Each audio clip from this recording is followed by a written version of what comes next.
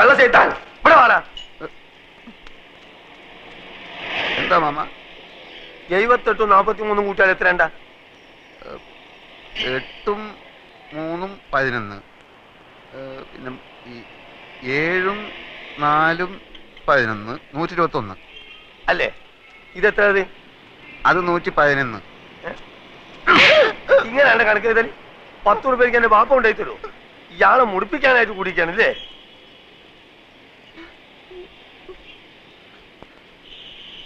ഈ എന്താണ്ട് കുന്തം മുണിക്കമായിരിക്കണേ? അന്റെ മൂന്ന കാണാനല്ലേ എരപ്പ ഈ ആൾക്കാർ വന്നിക്കണേ? പോയി പണി കള്ള ലക്ഷണം കേട്ടോ.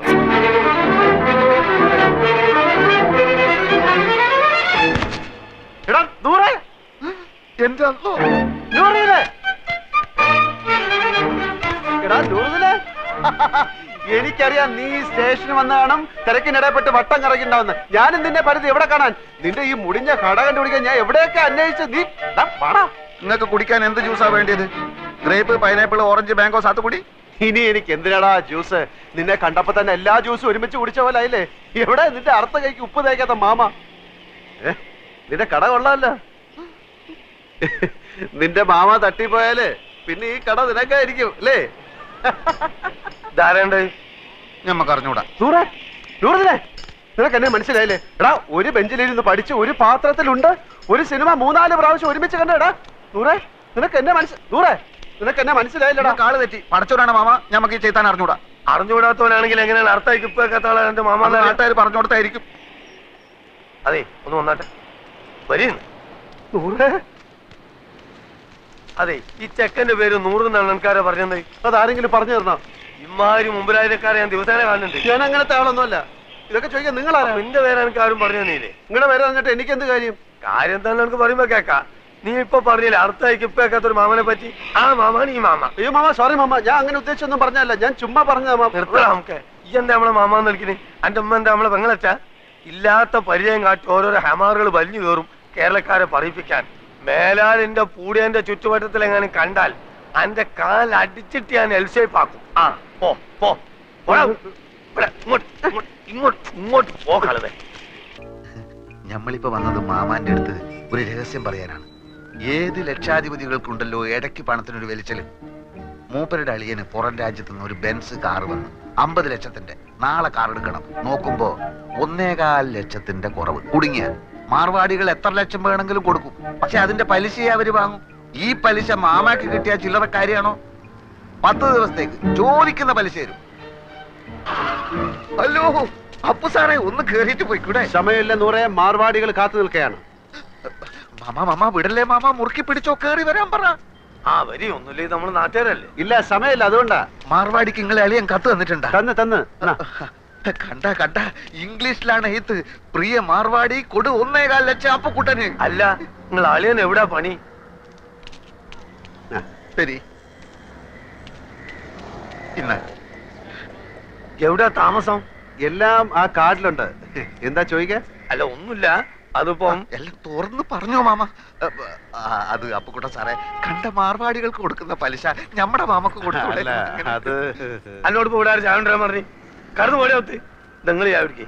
അല്ലെങ്കിൽ 1.25 ലക്ഷത്തിന് മാർവാടിക്ക് എന്ത് പലിശ കൊടുക്കും? അളിയന് പലിശ അല്ല പ്രശ്നം, കാര്യങ്ങൾ നല്ല വെട്ടിയും തീയും പോലെ അടക്കണം. പലിശ എത്ര വേണമെങ്കിലും കൊടുക്കും. 1.25 ലക്ഷം എടുത്ത് കൊടുക്കും മാമ. ഇവിടെ ഉദ്യോഗമോ ബിസിനസ്സോ ഇല്ലാത്ത ആൾക്കൊന്നും പണം കൊടുക്കൂല. ഒരു കാര്യം ചെയ്, ഞാൻ നാളെ നിങ്ങൾ അളിയന്റെ വീട്ടിലേക്ക് വരാം. നിങ്ങൾ അവിടെ ഉണ്ടാവുമല്ലോ? നാളെ ഞാൻ ഉണ്ടാവില്ല. ഞാൻ ഡൽഹി വരെ ഒന്ന് പോകും. അതെന്തിന്? ഒരാളെ കാണാൻ 3-4 ദിവസം കഴിഞ്ഞ് വരും. എന്റെ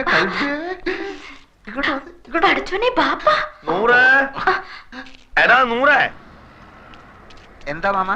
എന്റെ കൂട്ടുകാരൻ പോവാണ്. 100 രൂപ. ഇല്ല, ഓൻ വരുന്നില്ല. ഓൻ ഇവിടെ പണിയുണ്ട്. നിങ്ങൾ പോയിക്കോളി. അപ്പൊ ശരി. ലേശം കാര്യം. എന്ത് കാര്യ മാമ? ഈ എന്തിനാണ് ഇപ്പൊ അർജന്റ് ആയിട്ട് അടുക്കളയിൽ പോയത്? കപ്പ് ഉണ്ടൊക്കെ? എടാ പ്രായം കഴിഞ്ഞ ഒരു പെൺകുട്ടിയില്ലാവത്ത് എത്ര കിട്ടിയാലും പഠിക്കൂലെന്ന് വെച്ചാല്.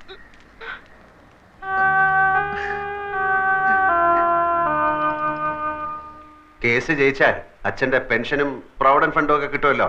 അപ്പൊ തിരിച്ചു കൊടുക്കാം. അതാ തൽക്കാലം കടം വാങ്ങാന്ന് വിചാരിച്ചത്. അല്ലാണ്ട് വേറെ വഴിയില്ലല്ലോ. വീട് വിൽക്കാൻ രവിയേട്ടന് എതിരെ നിൽക്കുന്നിടത്തോളം കാലം ഇങ്ങനെ വല്ലതും നോക്കുന്നതാ നല്ലത്.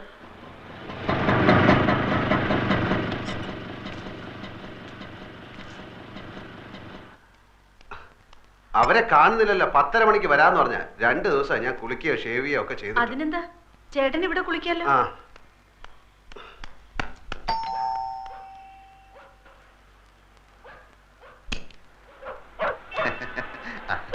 ബീരാനിക്ക വരൂന്ന് പറഞ്ഞിരുന്നു. വരൂ വരൂ, ചേട്ടൻ ഇപ്പൊ കുളിക്കാൻ കയറിയതേ ഉള്ളൂ. ഇത്ര നേരം കാത്തിരുന്നു. ഇരിക്കൂ. രവീന്ദ്രൻ നായർ വിശേഷാണല്ലേ? അതെ ചേട്ടാ, ദേ കാശിന്റെ ആൾക്കാർ വന്നു.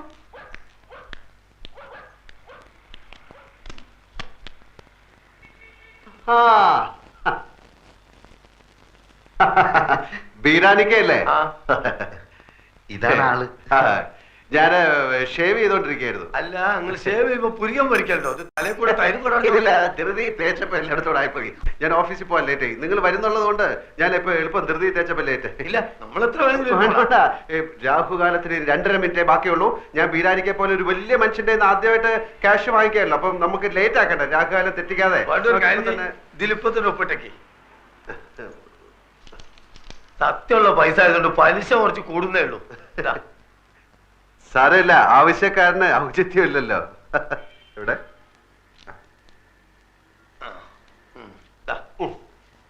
ഇതിലൊരു 40 ഉറുപ്പിയുടെ കുറവുണ്ടാവും. കാരണം ഞാൻ ഓട്ടോറിക്ഷ എടുത്ത് വന്നാണ് ഇങ്ങോട്ട്. അതിന് കൊടുത്ത് നിങ്ങൾ ആവശ്യത്തിന്. സാരമില്ല, ഞങ്ങൾ ആദ്യമായിട്ടാണ് അന്യനായ ഒരാളുടെ കയ്യിൽ നിന്ന് പൈസ കടം വാങ്ങിക്കുന്നല്ലേ. ഞാനും ആദ്യമായിട്ടാണ് ഇത്ര വലിയൊരു എമൗണ്ട് കടം കൊടുക്കണേ. ഇങ്ങനൊരു നിവർത്തിയോട് വന്നതുകൊണ്ട്. പിന്നെ ഞാനൊന്ന് കുളിച്ച് റെഡി ആയിട്ട് വരാം. Okay okay okay. അപ്പൊ ഇന്ന് 11, അടുത്ത 21-ന്. അതല്ല, നമ്മൾ പറഞ്ഞ മാതിരി 100 പറഞ്ഞില്ലേ? 100 പറഞ്ഞു, എന്നാലും പോലല്ലോ. നമ്മൾ തമ്മിലൊന്നും ഉറപ്പിക്കണ്ടേ? ഞാൻ വാക്ക് മാറില്ല ബീരാനിക്ക, നിങ്ങൾ ധൈര്യമായിട്ട് വെക്കണം. പിന്നെ നമ്മൾ പോയിട്ട് നമ്മളെ പറഞ്ഞ പോലെ. മാനേജർ സർദാർജി തിങ്കളാഴ്ച ലോൺ ശരിയാക്കാം എന്ന് വാക്ക് തന്നു. 100 സന്തോഷം കൊണ്ട് തുള്ളിച്ചാടി. എടാ 100, every dog has A day എന്നൊരു ചൊല്ലുണ്ട്. എന്ന് വെച്ചാല് എല്ലാ നായിന്റെ മക്കൾക്കും ഒരു ദിവസം ഉണ്ടെന്ന്. അത് ശരി.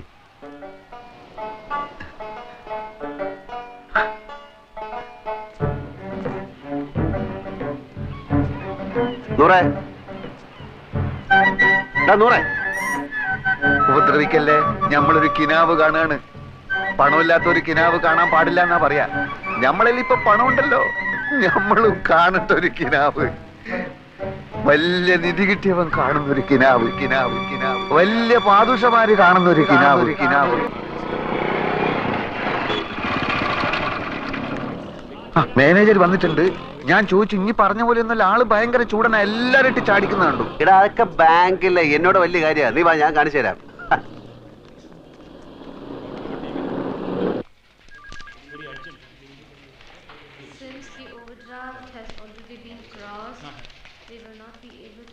ഉച്ചക്ക് ഞാൻ വരില്ല. ഇവിടെ കഴിച്ചോളാന്ന്. ഇവിടെ നേരത്തെ ഇരുന്ന മാനേജർ ഒരു സർദാർജി മൊത്തം കുളമാക്കിട്ട് പോയിരിക്കുകയാണ്. വേണ്ടെന്ന് പറഞ്ഞില്ലേ? സാറ് പുതുതായിട്ട് വന്നാണല്ലേ? നേരത്തെ ഇരുന്ന സിംഗ് സാറിനെ എനിക്കറിയാം. സാറിന് പൂ. സാറിന് പൂ എടുത്തോണ്ട് പോണോ? പൂ എനിക്ക് അലർജിയാ.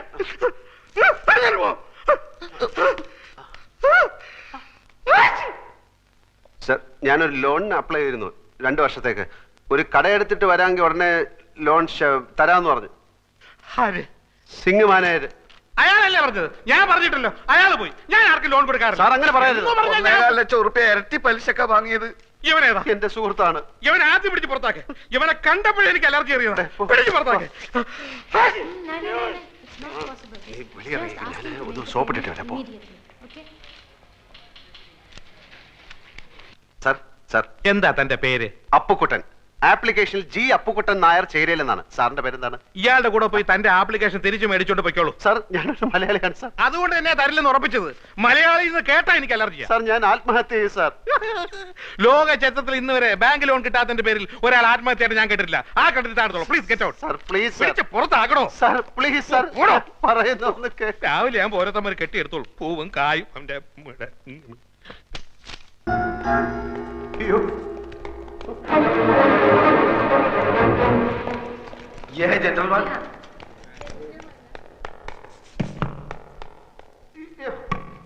अरे आप अंदर नहीं जा सकते भाई साहब, ये ऑपरेशन थिएटर है। अरे मैं आपकी तकलीफ अच्छी तरह समझता हूँ, सर्जन अभी आते ही होंगे, उनका मेजर ऑपरेशन करना पड़ेगा, उसके लिए 2-3 घंटे लगेंगे। आप बैठिए।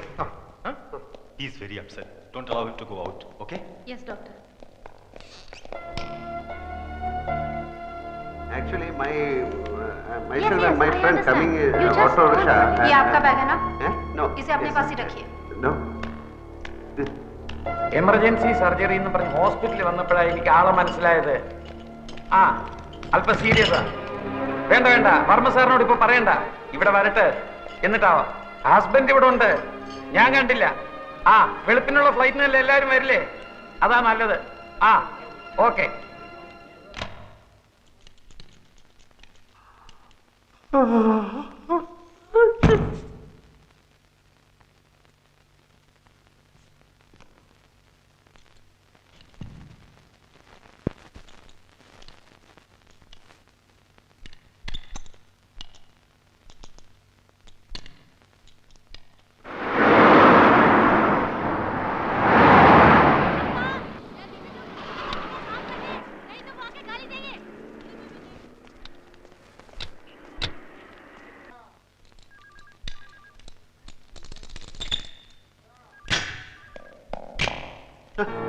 ചന്ദ്രികയുടെ അടുത്തിരിക്കുകയായിരുന്നു ഞാൻ, ബോധം തെളിയുന്നവരെ. ആ Sir,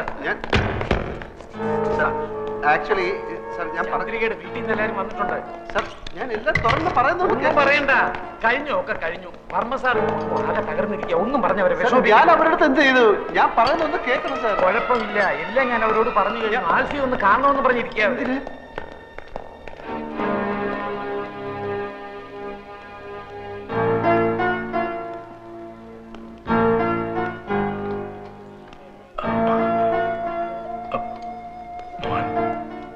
ക്ഷമിക്കണം, ഞാൻ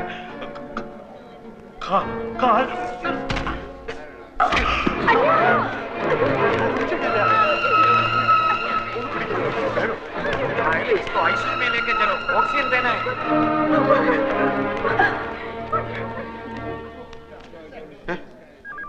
ഇരവി ഇരവി കുട്ടിപ്പിള്ള ഡ്രൈവറാ? ഞാൻ അവരുടെ ഡ്രൈവറാ. ഞാൻ അക്കൗണ്ടന്റാ, ശങ്കരക്കുറുപ്പ്. എനിക്കൊരു കാര്യം പറയാനുണ്ട്. ഹെൽമെറ്റ്. Thank you. ആൽഫി ദേ വിളിക്കണു. ആൽഫിക്ക് ചന്ദ്രിയെ കാണാം, ഇപ്പൊ കാണാം. എനിക്ക് വെയിറ്റ് എ മിനിറ്റ്. ഇവരുടെ കല്യാണം കഴിഞ്ഞാണോ? കല്യാണം 14-ാം തീയതി പറഞ്ഞേ. ഇന്ന് തീയതി 18 ആയില്ലേ? അപ്പൊ കഴിഞ്ഞു കാണും. എന്നാ കഴിഞ്ഞു. ഹസ്ബൻഡ് എന്നുള്ള കോളത്തിൽ ആ ഓപ്പറേഷൻ തിയേറ്ററിൽ ഒപ്പിട്ടിരിക്കുന്നത്. ആ ഇനിയിപ്പോ ഒന്നും ചിന്തിക്കാനില്ല, എല്ലാം കഴിഞ്ഞു. ചന്ദ്രകുഞ്ഞിന്റെ കാര്യം അല്ല ഒന്നും ചന്ദ്രകുഞ്ഞ് പറയാറായിട്ടില്ല, കൈയും കാലും ഒക്കെ തളർന്നിരിക്കുക. എന്റെ ഭഗവതി, കോടിക്കണക്കിന് സ്വത്തിന്റെ ഒരേ ഒരു അവകാശിയാ. അത് നേരത്തെ ആലോചിക്കണമായിരുന്നു. കോട്ടപ്പുറത്ത് കോവിലകത്ത് സുഖമായിട്ട് കഴിഞ്ഞ ആ കുടുംബത്തിലെ ഒരേ ഒരു അവകാശി, അതിനെ എന്തിനാ ഇപ്പൊ ഇങ്ങോട്ട് പറഞ്ഞേച്ച്? സാറേ, വർമ്മ സാറിന് ബിസിനസ് മുഴുവനും മോളെ ഏൽപ്പിക്കണം എന്നായിരുന്നു. ഇവിടെയല്ലേ എൻ്റെ ഓഫീസ്. ഇവിടെയാണെങ്കിൽ വലിയൊരു ഗസ്റ്റ് ഹൗസ് ഒഴിഞ്ഞെടുക്കാൻ, അവിടെ താമസിച്ചുകൊണ്ട് ബിസിനസ് പഠിക്കട്ടെ എന്ന് അവർ തീരുമാനിച്ചു. മാനേജിങ് ഡയറക്ടറായിട്ട് ഇങ്ങോട്ട് അയച്ചു. ഇവിടെ വന്ന് ഈ നസ്രാണി ചെക്കനെ അങ്ങ് പ്രേമിച്ചു. കല്യാണം കഴിക്കണമെന്ന് നിർബന്ധം പിടിച്ചപ്പോൾ വർമ്മ സാറും കുടുംബവും നാക്കശികാന്ത് എതിർത്തു. ചന്ദ്രക്കുഞ്ഞ് അവനെ കിട്ടിയാൽ പിന്നെ എനിക്ക് ഇങ്ങനെ ഒരു മോളില്ല എന്ന് വരെ മുതലാളി പറഞ്ഞു. പിന്നെ എന്തിനാ എല്ലാരും കൂടി ഇപ്പൊ ഇങ്ങോട്ട് കെട്ടി എഴുന്നള്ളിച്ചു? തലയിൽ വെച്ചാൽ പേനരിക്കും, താഴത്ത് വെച്ചാൽ ഉറുമ്പരിക്കും. അങ്ങനെയല്ലേ ഞങ്ങൾ ആ കുഞ്ഞിനെ വളർത്തിയത്. ഇങ്ങനെ കിടക്കുന്നു എന്ന് കേട്ടാൽ എങ്ങനെയാ ഉള്ളു പിടയ്ക്കാണ്ടിരിക്കുക. വർമ്മ സാറിന്റെ കാര്യം പേടിക്കാനൊന്നുമില്ല. ഷോക്കും കുറ്റബോധം ഒക്കെ കൂടെ ആയപ്പോ വീണുപോയതാ. പ്രഷർ വളരെ കൂടുതലാ. 1-2 ദിവസം കൊണ്ട് നോർമലാകും. അതുവരെ വളരെ സൂക്ഷിക്കണം. മനസ്സിന് ബുദ്ധിമുട്ടുണ്ടാകുന്ന കാര്യങ്ങളൊന്നും ഉണ്ടാകാൻ നിങ്ങൾ വേണം നോക്കാൻ.